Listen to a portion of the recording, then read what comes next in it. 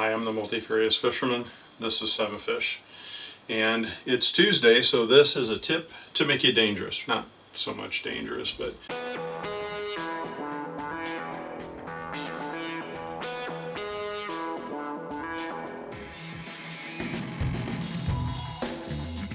What we're trying to do here is give you tips to make you dangerous. To make you better informed about batteries, anyway, that's the goal. We have a very brief history of batteries that is not at all comprehensive. I'm going to try to avoid going into a bunch of detail and making this long and boring. If you've ever been to a science fair, you've seen this used as a battery, or lemons. Very low power producing cell, but it's a type of battery. Alkaline batteries are probably more familiar to you. That's the D cell, C cell, AA's, AAA's, 9-volt batteries that are not rechargeable that you buy in power toys and radios and flashlights and stuff like that with. Some of you won't be old enough probably to remember, but the nickel cadmium batteries, NiCads that they call them, rechargeable battery, became popular, and they were pretty good. But the nickel metal hydrides came out more recently than that, and those were quite a little bit more efficient, a little better battery. You're probably all familiar with a wet cell battery. The battery in your automobile is probably one of those. The battery that you start your boat with, or that you start your automobile with. The wet cells, they have lead in them, tend to be real heavy. They're acid bath, I think it was hydrochloric, I'm not sure what all they use in them now. Pretty effective battery. They're not outrageously expensive. They're extremely heavy though. Most of your boats are still running that style of battery, and they do work. Gel cell, or what they call minimum maintenance batteries, they're not no maintenance, they're less maintenance. You don't have wet cells, you don't have to check fluid levels or add water or any of that. And you can tip them on their side and whatnot, and they won't spill acid out or cause you trouble. They're handy. There's a couple of variations on that. A starting battery, like you would use to start your boat or to start your car, delivers a high output. They're still 12 volt, but they put out a high amperage at a short duration. They can be charged with a charger that charges them more quickly. Deep cycle style, I understand maybe thicker metal plates, a little more spaces in between the plates and stuff, but they deliver power at a lower amperage over a longer period of time, take longer to charge, but they are the preferred choice for lower amp draws like trolling motors. There's also a AGM, which is I can't remember what the A stands for. We'll look it up and put it on the screen. Glass mat battery.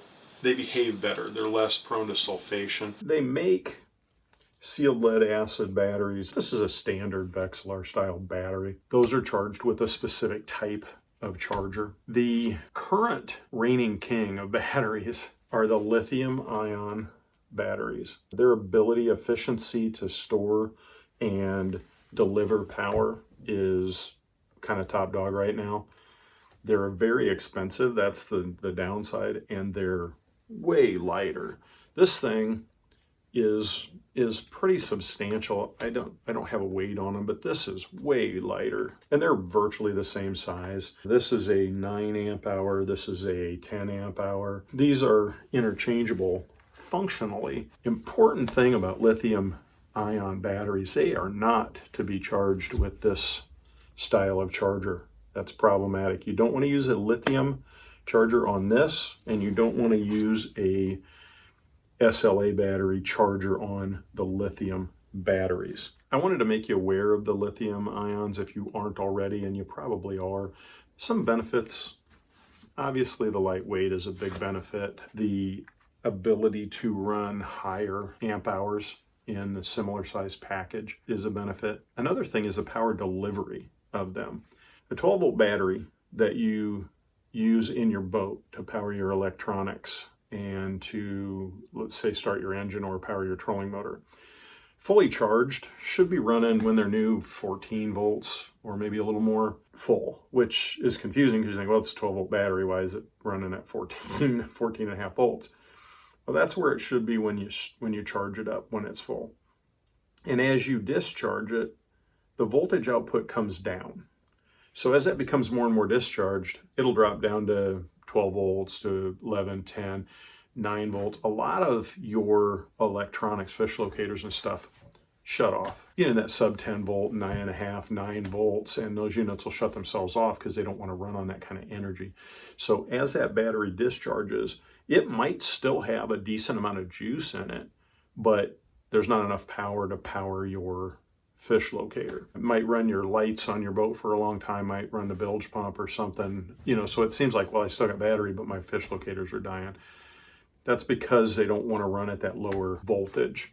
A lithium ion battery gives you a pretty consistent voltage until it gets real close to dying, and then pow, it just shuts off.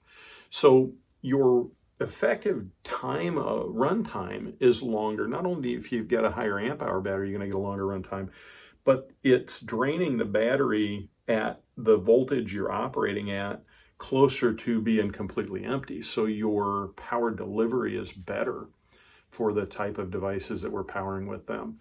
This unit is probably going to go in my setup that I'm going to do for my kayak, which you'll see soon. I just wanted to make you aware of the difference between the different batteries and what they can do for you on the water.